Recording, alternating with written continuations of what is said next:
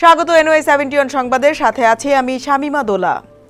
দেশে চলতি বছরে গত ২৮ জানুয়ারি নিপা ভাইরাসে আক্রান্ত হয়ে প্রথম মৃত্যু হয়েছে। নিপা ভাইরাসে আক্রান্ত ওই নারীর মৃত্যু ২৮ জানুয়ারি হলেও রোগতত্ত্ব, রোগ নিয়ন্ত্রণ ও গবেষণা ইনস্টিটিউট IEDCR বিষয়টি জানিয়েছে গত ৭ ফেব্রুয়ারি। IEDCR জানিয়েছে চলতি বছর দেশে নিপা ভাইরাসে এটি প্রথম মৃত্যু।